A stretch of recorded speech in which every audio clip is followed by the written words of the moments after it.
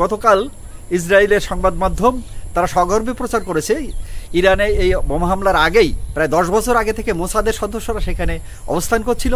সেখানে তারা রেকি করে ইরানের সমস্ত স্থাপনাগুলো যেমন তারা তথ্য ধারণ করেছে, ঠিক একইভাবে সেনাবাহিনী এবং বৈজ্ঞানিক কর্মকর্তাদের ভেতরেও তারা প্রবেশ করে তাদেরকে ভুলভাবে একটি বিশেষ জায়গায় মিটিংয়ের ফলে সেখানে একত্রিত করার সুযোগ তারা নিয়েছে এবং সেখানেই বোমা বিস্ফোরণের মাধ্যমে এই মানুষগুলোকে একসাথে তারা কিন্তু হত্যা করতে সক্ষম হয়েছে। এই হত্যাকাণ্ড কিন্তু কেবলমাত্র ইসরায়েলের ছড়া ক্ষেপণাস্ত্র, যেটা ইরাকের আকাশ থেকে ছড়া হয়েছিল, সেই ক্ষেপণাস্ত্রেই কিন্তু এই হত্যাকাণ্ডটা কিন্তু সম্পন্ন হয়নি। সম্পন্ন হয়েছে মোসাদের যেসব সদস্যরা ইরানের ভেতরেই আগে থেকে অবস্থান করছিল, তাদের ড্রোন হামলায় কিন্তু এই মানুষগুলাকে একসাথে হত্যা করা সম্ভব হয়েছে।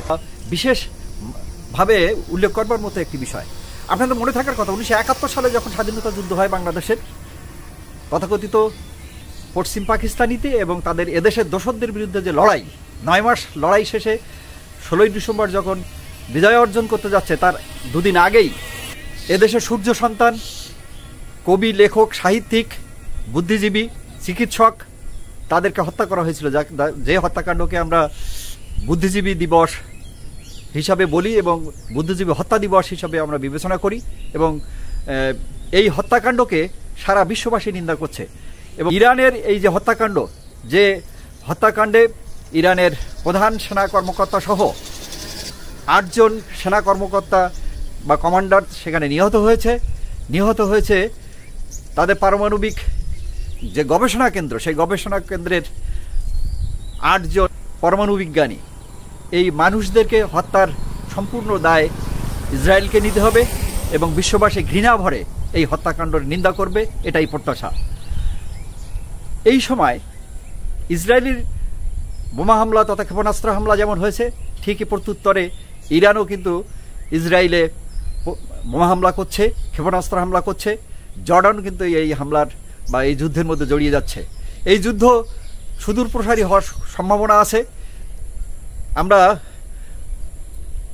ইসরায়েলের যে প্রতিরক্ষা ব্যবস্থা ডোম বলা হচ্ছিল, নিশ্ছিদ্র ডোম, কিন্তু ইরানি ক্ষেপণাস্ত্র কিন্তু তারা প্রতিহত করতে পারেনি। ইসরায়েলের বহু শহর কিন্তু ধ্বংসপ্রাপ্ত হয়েছে, যদিও এই কথাগুলো বলা হচ্ছে না। ইতিমধ্যে নেতানিয়াহু তিনি কিন্তু বাংকারের মধ্যে পলিয়ে আছেন, তার অবস্থান এখন পর্যন্ত জানা যাচ্ছে না। এই যে একটা মারণ যুদ্ধ শুরু হয়ে গেছে, এই যুদ্ধ আপনার আমার কিন্তু লাভ নেই। মাঝপথে অসংখ্য মানুষের জীবন যাবে। ইসরায়েল চাইছে ইরানকে সম্পূর্ণরূপে পদানত করতে, তাদের সমস্ত স্থাপনা ধ্বংস করতে, তাদের তেল ক্ষেত্র ধ্বংস করতে, তাদের বিমানবন্দর ধ্বংস করতে, একটা জাতিকে বিপন্ন করবার টার্গেট থেকেই কিন্তু এই হামলা পরিচালনা হচ্ছে। এটা শুধুমাত্র ইরান ইসরায়েলের যুদ্ধ হিসেবে থাকবে না। এই যুদ্ধের কারণে সারা বিশ্বব্যাপী একটা অস্থিতিশীল পরিস্থিতি তৈরি হবে, একটা দুর্ভিক্ষ হওয়ার সম্ভাবনা আছে। সমস্ত জিনিসপত্রের দাম বাড়বে, তেলের দাম বেড়ে যাওয়ার কারণে তার প্রভাব আমাদের অনুন্নত উন্নয়নশীল বা বাংলাদেশের মতো যেসব দেশগুলো, তারা কিন্তু চরমভাবে ভোগান্তির শিকার হবে। পৃথিবীতে শান্তি ফিরিয়ে আনতে এই যুদ্ধ অচিরেই বন্ধ হওয়া দরকার। আপনারা যারা এই ভিডিওটি দেখছিলেন তাদেরকে অসংখ্য ধন্যবাদ।